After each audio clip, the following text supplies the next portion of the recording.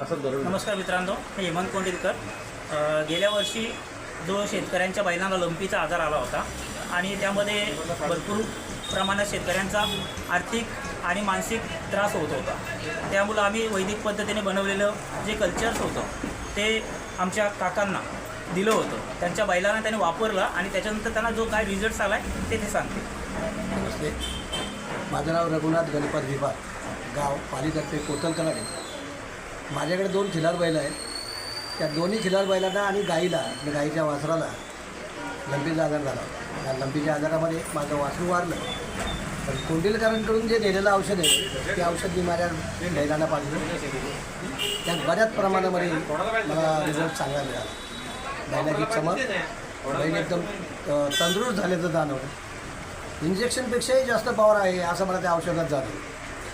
आणि आयुर्वेदिक औषधाचा नक्कीच शेतकऱ्यांनी उपयोग करून घ्यावा आणि आपल्या गुरांना ते पाजावं हे माझं सजेशन असेल. पण जर सुटण्यात आपण त्याची काळजी घेऊन घ्यावी.